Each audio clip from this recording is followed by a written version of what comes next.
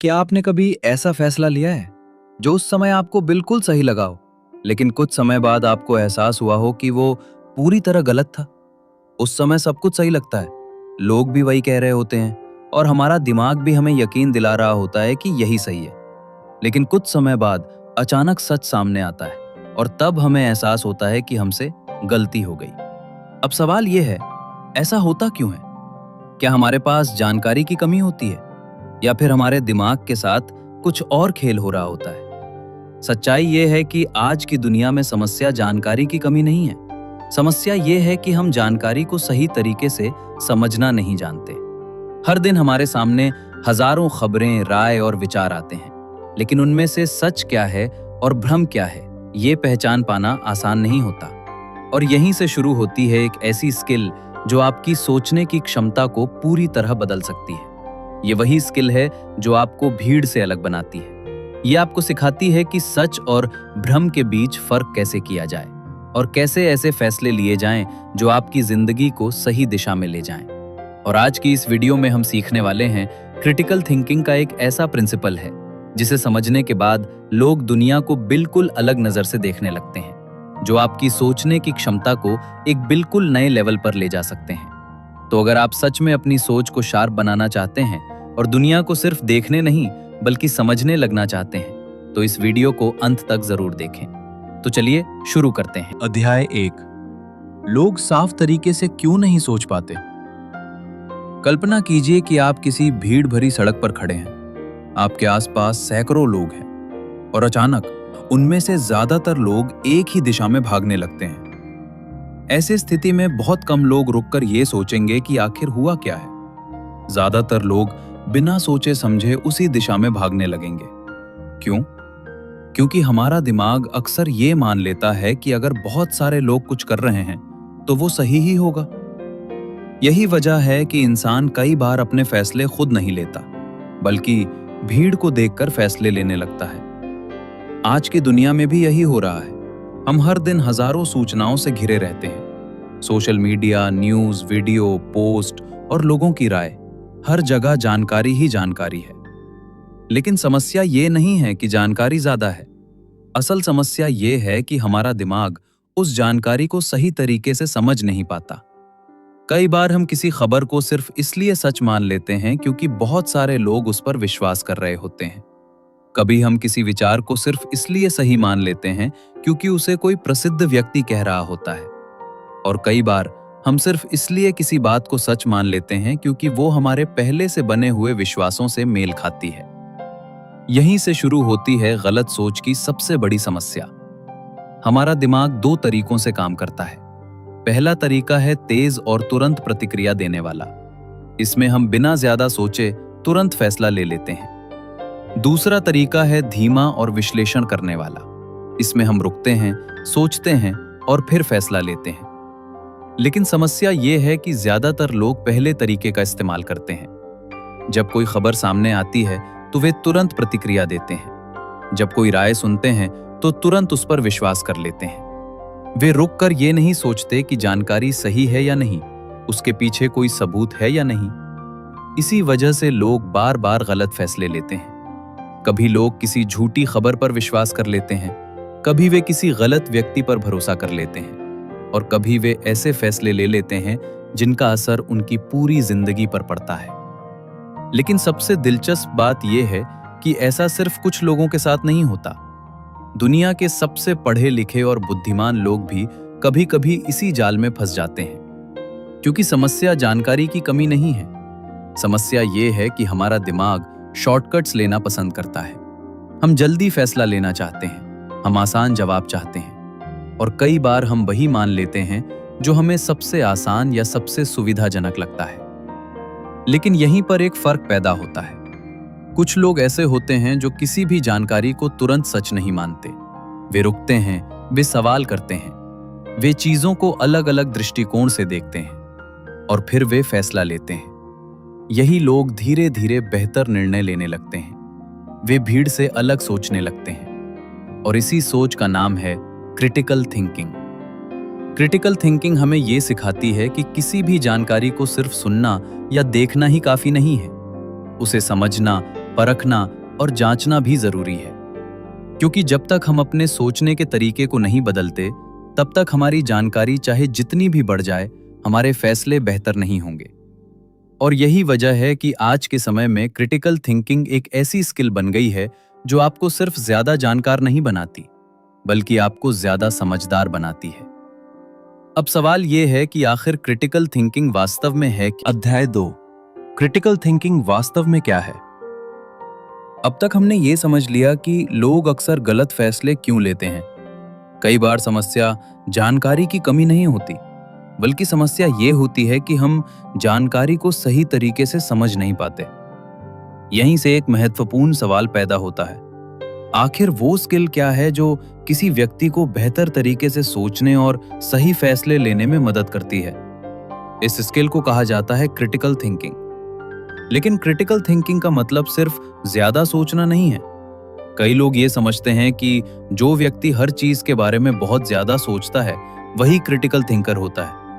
असल में ऐसा नहीं है। क्रिटिकल थिंकिंग का मतलब है सोचने का एक व्यवस्थित और जागरूक तरीका। जब कोई व्यक्ति क्रिटिकल थिंकिंग का उपयोग करता है, तो वो किसी भी जानकारी को तुरंत सच मानने के बजाय पहले उसे समझने और जांचने की कोशिश करता है। वो खुद से कुछ महत्वपूर्ण सवाल पूछता है, जैसे क्या ये जानकारी सच में सही है? इसके पीछे क्या सबूत हैं? क्या इसके पीछे कोई और दृष्टिकोण भी हो सकता है? यही सवाल किसी भी जानकारी को गहराई से समझने में मदद करते हैं। इसे आसान तरीके से समझने के लिए हम दो तरह की सोच की तुलना कर सकते हैं। पहली होती है साधारण सोच। साधारण सोच में व्यक्ति किसी भी जानकारी को जल्दी स्वीकार कर लेता है। अगर कोई व्यक्ति आत्मविश्वास के साथ कुछ कह रहा है, तो वो उसे सच मान लेता है। अगर बहुत सारे लोग किसी बात पर विश्वास कर रहे हैं, तो वो भी उसी बात पर विश्वास करने लगता है। इस तरह की सोच में निर्णय जल्दी लिए जाते हैं, लेकिन कई बार वे निर्णय गलत भी हो सकते हैं। दूसरी तरफ होती है क्रिटिकल सोच। क्रिटिकल सोच में व्यक्ति जल्दी निष्कर्ष पर नहीं पहुंचता। वो पहले जानकारी को समझने की कोशिश करता है। वो ये देखता है कि जानकारी कहां से आई है, उसके पीछे क्या तर्क है और क्या उसके समर्थन में कोई प्रमाण मौजूद है। ऐसे लोग सिर्फ ये नहीं देखते कि कोई बात कितनी लोकप्रिय है, वे ये समझने की कोशिश करते हैं कि वो बात कितनी सही है। यही वजह है कि क्रिटिकल थिंकिंग व्यक्ति को भीड़ से अलग बनाती है। जब ज्यादातर लोग किसी बात को बिना सोचे मान लेते हैं, तब क्रिटिकल थिंकर रुक कर उस बात का विश्लेषण करता है। वो खुद से पूछता है, क्या ये सच है या सिर्फ ऐसा दिखाया जा रहा है? इस स्किल का सबसे बड़ा फायदा ये है कि ये व्यक्ति को गलत जानकारी और मैनिपुलेशन से बचाती है। आज की दुनिया में हर दिन हजारों सूचनाएं हमारे सामने आती हैं। सोशल मीडिया, समाचार, वीडियो और लोगों की राय, हर जगह अलग अलग विचार दिखाई देते हैं। अगर हम इन सभी चीजों को बिना सोचे समझे स्वीकार कर लें, तो हम आसानी से भ्रमित हो सकते हैं। लेकिन अगर हम क्रिटिकल थिंकिंग का उपयोग करते हैं, तो हम जानकारी को गहराई से समझ पाते हैं। हम जल्दी निष्कर्ष पर पहुंचने के बजाय पहले तथ्यों को देखते हैं। हम अलग अलग दृष्टिकोणों को समझने की कोशिश करते हैं और फिर हम एक ऐसा निर्णय लेते हैं जो अधिक संतुलित और तर्कसंगत होता है। इसलिए क्रिटिकल थिंकिंग सिर्फ एक मानसिक क्षमता नहीं है, ये एक ऐसी आदत है जो समय के साथ विकसित होती है। जितना अधिक हम सवाल पूछते हैं, जितना अधिक हम जानकारी का विश्लेषण करते हैं, उतनी ही हमारी सोच स्पष्ट और मजबूत होती जाती है। और धीरे धीरे हम ऐसे फैसले लेने लगते हैं जो सिर्फ भावनाओं के आधार पर नहीं, बल्कि समझ और तर्क के आधार पर होते हैं। लेकिन यहाँ एक और महत्वपूर्ण सवाल सामने आता है। अगर क्रिटिकल थिंकिंग इतनी महत्वपूर्ण स्किल है, तो हम इसे अपनी रोजमर्रा की जिंदगी में कैसे इस्तेमाल करें? इसका पहला और सबसे शक्तिशाली कदम है हर चीज पर सवाल करना। आइए अगले अध्याय में इसी को विस्तार से समझते हैं। अध्याय 3, हर चीज पर सवाल करना सीखें। क्रिटिकल थिंकिंग की शुरुआत एक बहुत ही सरल लेकिन शक्तिशाली आदत से होती है, सवाल पूछने की आदत। ज्यादातर लोग किसी भी जानकारी को सुनते ही उसे सच मान लेते हैं। अगर कोई व्यक्ति आत्मविश्वास के साथ कुछ कह रहा हो, अगर कोई खबर बार बार दिखाई जा रही हो, या अगर बहुत सारे लोग किसी बात पर विश्वास कर रहे हों, तो हमारा दिमाग उसे सही मानने लगता है। लेकिन क्रिटिकल थिंकर ऐसा नहीं करते। वे हर जानकारी को तुरंत स्वीकार नहीं करते। वे सबसे पहले रुकते हैं, और फिर सवाल पूछते हैं, क्योंकि कई बार सच वही नहीं होता जो पहली नजर में दिखाई देता है। मान लीजिए कि आप सोशल मीडिया पर एक खबर देखते हैं। उसमें लिखा होता है कि एक नया तरीका है जिससे लोग बहुत कम समय में बहुत पैसा कमा रहे हैं। अगर आप बिना सोचे उस खबर पर विश्वास कर लेते हैं तो संभव है कि आप गलत निर्णय ले लें। लेकिन अगर आप एक क्रिटिकल थिंकर की तरह सोचते हैं तो आप तुरंत कुछ सवाल पूछेंगे। पहला सवाल होगा, क्यों? क्यों लोग ये दावा कर रहे हैं? इसके पीछे असली कारण क्या है? दूसरा सवाल होगा, कैसे? ये तरीका वास्तव में कैसे काम करता है? क्या इसके पीछे कोई ठोस प्रक्रिया या तर्क है? तीसरा और सबसे महत्वपूर्ण सवाल होगा, सबूत क्या है? क्या इस दावे के समर्थन में कोई प्रमाण है या ये सिर्फ एक आकर्षक कहानी है जिसे लोगों को प्रभावित करने के लिए बनाया गया है? यही तीन सवाल किसी भी जानकारी को गहराई से समझने में हमारी मदद करते हैं। लेकिन यहाँ एक दिलचस्प बात है, हमारा दिमाग अक्सर सवाल पूछने से बचना चाहता है, क्योंकि सवाल पूछना आसान नहीं होता। इसके लिए हमें रुकना पड़ता है, सोचना पड़ता है और कभी-कभी अपनी पुरानी मान्यताओं पर भी संदेह करना पड़ता है। इसी कारण से बहुत से लोग वही मान लेते हैं जो उन्हें बताया जाता है। लेकिन जो लोग सच में बेहतर निर्णय लेना चाहते हैं, वे इस आदत को बदलते हैं। वे हर जानकारी को एक जांच की तरह देखते हैं। मान लीजिए कोई व्यक्ति आपसे कहता है कि एक खास डाइट प्लान आपकी सेहत को बहुत जल्दी बेहतर बना सकता है। एक सामान्य व्यक्ति शायद तुरंत उस पर विश्वास कर लेगा, लेकिन एक क्रिटिकल थिंकर पहले यह समझने की कोशिश करेगा कि यह दावा कहां से आया है, इसके पीछे कौन सा वैज्ञानिक आधार है और क्या इसके समर्थन में कोई विश्वसनीय प्रमाण मौजूद है। इस तरह सवाल पूछने से हमें दो बड़े फायदे मिलते हैं। पहला फायदा यह है कि हम गलत जानकारी से बच जाते हैं। दूसरा फायदा यह है कि हमारी समझ गहरी हो जाती है, क्योंकि जब हम सवाल पूछते हैं तो हम सिर्फ जानकारी को स्वीकार नहीं करते, हम उसे समझने की कोशिश करते हैं। यही प्रक्रिया हमारी सोच को मजबूत बनाती है। धीरे धीरे ये आदत हमारे दिमाग को प्रशिक्षित करने लगती है। हम हर नई जानकारी को एक अलग नजर से देखने लगते हैं। हम सिर्फ ये नहीं देखते कि कोई बात कितनी लोकप्रिय है, हम ये समझने की कोशिश करते हैं कि वो बात कितनी सही है। लेकिन यहाँ एक और महत्वपूर्ण बात है, सिर्फ सवाल पूछना ही काफी नहीं है, क्योंकि कभी-कभी जानकारी सच होती है, लेकिन उसे इस तरह प्रस्तुत किया जाता है कि लोग उससे प्रभावित हो जाएं। यानी कई बार जानकारी का उपयोग लोगों को प्रभावित करने और नियंत्रित करने के लिए भी किया जाता है। और यही वो जगह है जहां हमें समझना होता है कि लोग हमारी सोच को कैसे प्रभावित करते हैं। आइए अगले समझते हैं, लोगों को प्रभावित करने और मैनिपुलेट करने के पीछे छिपे हुए खेल। अध्याय 4, मैनिपुलेशन को पहचानना। कल्पना कीजिए कि कोई व्यक्ति आपसे कहता है, अगर आपने अभी ये मौका नहीं लिया तो आप जिंदगी की सबसे बड़ी अपॉर्चुनिटी खो देंगे। ऐसी बातें सुनकर हमारे दिमाग में तुरंत एक भावना पैदा होती है, डर। हमें लगता है कि अगर हमने तुरंत फैसला नहीं लिया तो शायद हम कुछ महत्वपूर्ण खो देंगे। और इसी डर की वजह से कई लोग बिना सोचे समझे फैसले ले लेते हैं। यही वो जगह है जहां मैनिपुलेशन काम करता है। मैनिपुलेशन का मतलब है किसी व्यक्ति की भावनाओं, सोच या फैसलों को इस तरह प्रभावित करना कि वो बिना पूरी जानकारी के किसी बात पर विश्वास कर ले या कोई निर्णय ले ले। दिलचस्प बात यह है कि मैनिपुलेशन हमेशा स्पष्ट रूप से दिखाई नहीं देता। कई बार ये बहुत सूक्ष्म तरीके से काम करता है। उदाहरण के लिए, अगर कोई व्यक्ति बहुत आत्मविश्वास के साथ कोई बात कहता है तो लोग अक्सर ये मान लेते हैं कि वो सही ही होगा। इसी तरह अगर कोई प्रसिद्ध व्यक्ति किसी उत्पाद या विचार का समर्थन करता है तो बहुत से लोग बिना ज्यादा सोचे उस पर भरोसा कर लेते हैं। इसे मनोविज्ञान में ऑथोरिटी इन्फ्लुएंस कहा जाता है। यानी जब कोई व्यक्ति किसी अधिकार या प्रतिष्ठा वाले व्यक्ति को देखकर उसकी बात मान लेता है। मैनिपुलेशन का एक और तरीका है भावनाओं का इस्तेमाल।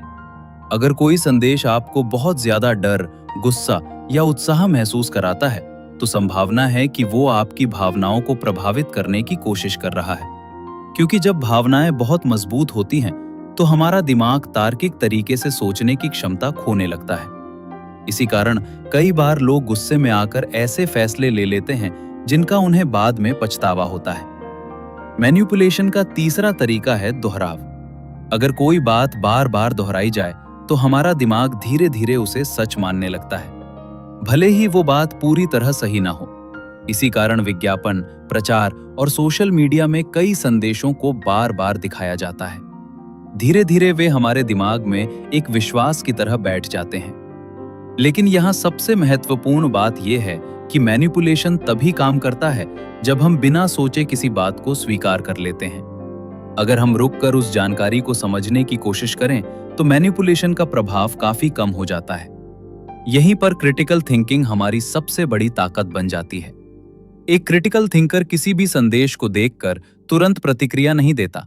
वो खुद से कुछ महत्वपूर्ण सवाल पूछता है, जैसे क्या ये जानकारी तथ्य पर आधारित है या सिर्फ भावनाओं पर? क्या इसके पीछे कोई प्रमाण है? क्या कोई मुझे जल्दी फैसला लेने के लिए दबाव डाल रहा है? जब हम ऐसे सवाल पूछना शुरू करते हैं तो हमें कई बार पता चलता है कि कई बातें उतनी स्पष्ट नहीं हैं जितनी पहली नजर में दिखाई देती हैं। धीरे धीरे हम ये समझने लगते हैं कि कौन सी जानकारी भरोसेमंद है और कौन सी सिर्फ हमें प्रभावित करने के लिए बनाई गई है। यही वो स्किल है जो हमें भीड़ से अलग बनाती है। जब ज्यादातर लोग किसी संदेश को देखकर तुरंत प्रतिक्रिया देते हैं, तब क्रिटिकल थिंकर पहले रुकता है, समझता है और फिर फैसला लेता है। और यही आदत व्यक्ति को बेहतर निर्णय लेने में मदद करती है। लेकिन मैनिपुलेशन सिर्फ बाहरी दुनिया से नहीं आता। कई बार हमारी अपनी भावनाएं भी हमारे फैसलों को प्रभावित करती हैं। यानी कई बार हमारा सबसे बड़ा भ्रम बाहर नहीं, बल्कि हमारे अपने दिमाग के अंदर होता है। आइए अगले अध्याय में समझते हैं कि भावनाएं और तर्क हमारे निर्णयों को कैसे प्रभावित करते हैं। अध्याय 5, भावना नहीं, तर्क से निर्णय लेना। हम अक्सर ये मानते हैं कि हम अपने फैसले पूरी तरह सोच समझ कर लेते हैं। हमें लगता है कि हर निर्णय के पीछे हमारा तर्क और समझ काम करती है। लेकिन सच ये है कि हमारे बहुत से फैसले भावनाओं से प्रभावित होते हैं। कभी हम उत्साह में निर्णय लेते हैं, कभी डर में और कभी गुस्से में। उस समय हमें लगता है कि हमारा फैसला बिल्कुल सही है, लेकिन जब कुछ समय बीत जाता है और भावनाएं शांत हो जाती हैं, तब हमें एहसास होता है कि शायद हमने जल्दबाजी कर दी। यही कारण है कि कई लोग बाद में अपने फैसलों पर पछतावा करते हैं। भावनाएं इंसान के जीवन का स्वाभाविक हिस्सा हैं। वे हमें प्रेरित करती हैं, हमें ऊर्जा देती हैं और कई बार हमें महत्वपूर्ण कदम उठाने के लिए प्रोत्साहित भी करती हैं। लेकिन समस्या तब पैदा होती है जब भावनाएं हमारी सोच पर हावी हो जाती हैं। जब हम बहुत ज्यादा उत्साहित होते हैं तो हमें जोखिम दिखाई नहीं देता। जब हम डरते हैं तो हम संभावनाएं नहीं देख पाते, और जब हम गुस्से में होते हैं तो हम परिणामों के बारे में सोच ही नहीं पाते। यही वजह है कि भावनात्मक स्थिति में लिए गए फैसले अक्सर गलत साबित हो सकते हैं। क्रिटिकल थिंकिंग का एक महत्वपूर्ण सिद्धांत यही है कि हम अपने निर्णयों को सिर्फ भावनाओं के आधार पर नहीं, बल्कि तर्क और विश्लेषण के आधार पर लें। इसका मतलब ये नहीं है कि हमें अपनी भावनाओं को पूरी तरह नजरअंदाज कर देना चाहिए, बल्कि इसका मतलब ये है कि हमें भावनाओं को समझते हुए भी अपने निर्णयों में संतुलन बनाए रखना चाहिए।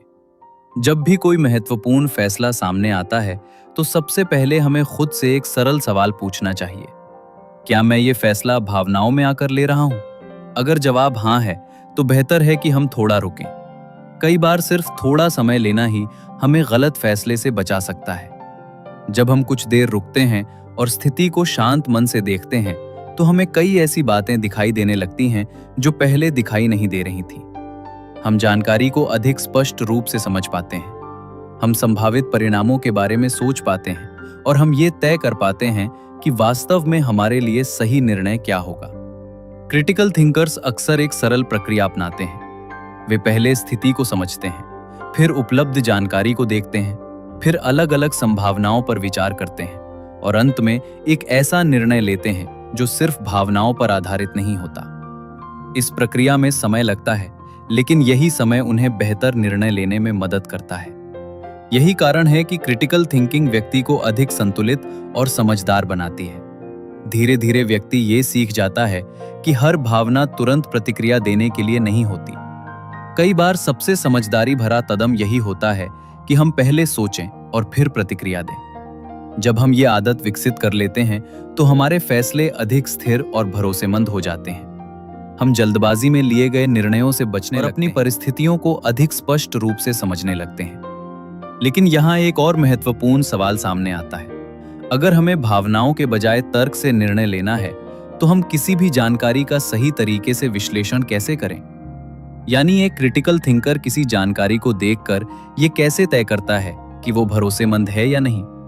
आइए अगले अध्याय में समझते हैं कि क्रिटिकल थिंकर्स जानकारी का विश्लेषण किस तरह करते हैं। अध्याय 6, क्रिटिकल थिंकर जानकारी का विश्लेषण कैसे करते हैं। अब तक हमने ये समझ लिया कि क्रिटिकल थिंकिंग क्या है, लोग गलत फैसले क्यों लेते हैं और भावनाएं हमारे निर्णयों को कैसे प्रभावित करती हैं। लेकिन अब सबसे महत्वपूर्ण सवाल ये है, जब कोई क्रिटिकल थिंकर किसी जानकारी को देखता है तो वो उसे समझने और परखने के लिए क्या करता है।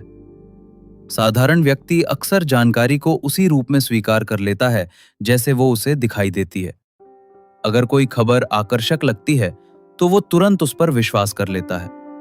अगर कोई विचार लोकप्रिय है तो वो उसे सही मान लेता है। लेकिन क्रिटिकल थिंकर ऐसा नहीं करते। वे किसी भी जानकारी को समझने के लिए एक अलग तरीका अपनाते हैं। सबसे पहला कदम होता है स्रोत की जांच करना। वे ये जानने की कोशिश करते हैं कि जानकारी कहां से आई है। क्या वो किसी विश्वसनीय स्रोत से आई है या सिर्फ किसी अनजान व्यक्ति की राय है? क्योंकि कई बार जानकारी सही लगती है लेकिन उसका स्रोत भरोसेमंद नहीं होता। इसलिए एक क्रिटिकल थिंकर हमेशा ये देखता है कि जानकारी का आधार क्या है। दूसरा कदम होता है अलग अलग दृष्टिकोण देखना। कई बार हम किसी विषय को सिर्फ एक ही दृष्टिकोण से देखते हैं, लेकिन हर स्थिति के कई पहलू हो सकते हैं। क्रिटिकल थिंकर ये समझने की कोशिश करते हैं कि किसी मुद्दे को अलग अलग लोग किस तरह देखते हैं। वे सिर्फ वही नहीं सुनते जो उनके विचारों से मेल खाता हो। वे उन विचारों को भी समझने की कोशिश करते हैं जो उनसे अलग हों। ये आदत उनकी सोच को अधिक संतुलित बनाती है। तीसरा कदम होता है सबूत और तथ्यों की तलाश करना। अगर कोई दावा किया जाता है तो क्रिटिकल थिंकर ये पूछते हैं कि उसके पीछे क्या प्रमाण है। क्या ये सिर्फ एक राय है या इसके समर्थन में कोई तथ्य और प्रमाण मौजूद है? जब हम किसी जानकारी को सिर्फ भावनाओं या लोकप्रियता के आधार पर नहीं बल्कि तथ्यों के आधार पर देखते हैं तो हमें वास्तविकता अधिक स्पष्ट रूप से दिखाई देने लगती है। चौथा कदम होता है मान्यताओं को चुनौती देना। हम सभी के मन में कुछ न कुछ मान्यताएं होती हैं। ये मान्यताएं हमारे अनुभवों, हमारी परवरिश और हमारे वातावरण से बनती हैं। लेकिन कई बार यही मान्यताएं हमें नई जानकारी को सही तरीके से समझने से रोकती हैं। क्रिटिकल थिंकर अपनी ही मान्यताओं पर भी सवाल उठाते हैं। वे ये स्वीकार करते हैं कि उनकी सोच भी गलत हो सकती है। यही विनम्रता उन्हें सीखने और अपनी सोच को बेहतर बनाने का अवसर देती है। इन 4 सरल आदतों, स्रोत की जांच करना, अलग अलग दृष्टिकोण देखना, तथ्यों की तलाश करना और अपनी मान्यताओं को चुनौती देना के माध्यम से कोई भी व्यक्ति अपनी सोच को अधिक स्पष्ट और मजबूत बना सकता है। धीरे धीरे ये प्रक्रिया एक आदत बन जाती है और जब ये आदत विकसित हो जाती है तो व्यक्ति किसी भी जानकारी को तुरंत स्वीकार नहीं करता। वो पहले समझता है, फिर विश्लेषण करता है और उसके बाद ही कोई निर्णय लेता है। यही आदत व्यक्ति को गलत जानकारी, भ्रम और मैनिपुलेशन से बचाती है। लेकिन क्रिटिकल थिंकिंग का एक और स्तर भी है। ये सिर्फ जानकारी को समझने तक सीमित नहीं है। इसका सबसे उच्च स्तर है अपने सोचने के तरीके को समझना। जब व्यक्ति ये समझने लगता है कि उसका दिमाग कैसे काम करता है, तब वो अपनी सोच को और अधिक बेहतर बना सकता है। आइए अगले और अंतिम अध्याय में समझते हैं कि अपने दिमाग पर मास्टरी हासिल करने का असली मतलब क्या है। निष्कर्ष, अपनी सोच पर मास्टरी। इस पूरी चर्चा में हमने एक महत्वपूर्ण बात समझी है। हमारी जिंदगी की दिशा सिर्फ परिस्थितियां तय नहीं करती, बल्कि हमारा सोचने का तरीका तय करता है।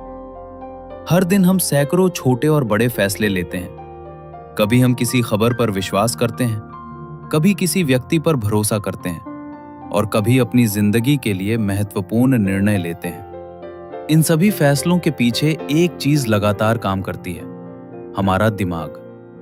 अगर हमारा दिमाग बिना सोचे समझे हर जानकारी को स्वीकार कर लेता है, तो हम आसानी से भ्रम, गलत जानकारी और मैनिपुलेशन का शिकार बन सकते हैं। लेकिन अगर हम अपनी सोच को समझना और उसे नियंत्रित करना सीख लें, तो वही दिमाग हमारी सबसे बड़ी ताकत बन सकता है। यही क्रिटिकल थिंकिंग का असली उद्देश्य है। क्रिटिकल थिंकिंग हमें ये सिखाती है कि किसी भी जानकारी को सिर्फ सुनना या देखना ही काफी नहीं है। हमें उसे समझना, परखना और उसके पीछे के तथ्यों को देखना भी जरूरी है। जब हम सवाल पूछना शुरू करते हैं, जब हम अलग अलग दृष्टिकोणों को समझने की कोशिश करते हैं और जब हम भावनाओं के बजाय तर्क के आधार पर निर्णय लेने लगते हैं, तब हमारी सोच धीरे धीरे मजबूत होने लगती है। और जब हमारी सोच मजबूत होती है, तो हमारे फैसले भी बेहतर होने लगते हैं। एक क्रिटिकल थिंकर बनने का मतलब ये नहीं है कि हमें हर चीज पर संदेह करना है। इसका मतलब ये है कि हमें जागरूक और सचेत होकर सोचना है। हमें ये समझना है कि हर जानकारी पूरी सच्चाई नहीं होती और हर लोकप्रिय विचार सही नहीं होता। जब हम ये समझने लगते हैं, तब हम भीड़ का हिस्सा बनने के बजाय अपनी सोच से निर्णय लेने लगते हैं। और यही वो जगह है जहां एक बड़ा बदलाव शुरू होता है। क्योंकि जब आप अपनी सोच को नियंत्रित करना सीख जाते हैं, तो धीरे धीरे आप अपनी जिंदगी की दिशा भी नियंत्रित करने लगते हैं। आप जल्दबाजी में फैसले नहीं लेते, आप भावनाओं में बहकर निर्णय नहीं लेते, आप हर स्थिति को समझने की कोशिश करते हैं। और यही आदत आपको बाकी लोगों से अलग बनाती है। आज की दुनिया में जानकारी हर जगह उपलब्ध है, लेकिन सही तरीके से सोचना ये एक ऐसी स्किल है जो हर किसी के पास नहीं होती। अगर आप इस स्किल को विकसित कर लेते हैं, तो आप सिर्फ ज्यादा जानकारी रखने वाले व्यक्ति नहीं बनते, आप एक समझदार और जागरूक व्यक्ति बन जाते हैं। और यही असली अंतर पैदा करता है। इसलिए अगली बार जब आपके सामने कोई जानकारी आए या आपको कोई महत्वपूर्ण फैसला लेना हो, तो बस एक पल के लिए रुकिए, खुद से सवाल पूछिए, तथ्यों को देखिए और फिर सोच समझकर निर्णय लीजिए। क्योंकि जब आप अपनी सोच को बेहतर बनाते हैं, तो आप सिर्फ अपने फैसलों को नहीं बदलते, आप अपनी पूरी जिंदगी की दिशा बदल देते हैं। और यही है क्रिटिकल थिंकिंग मास्टरी।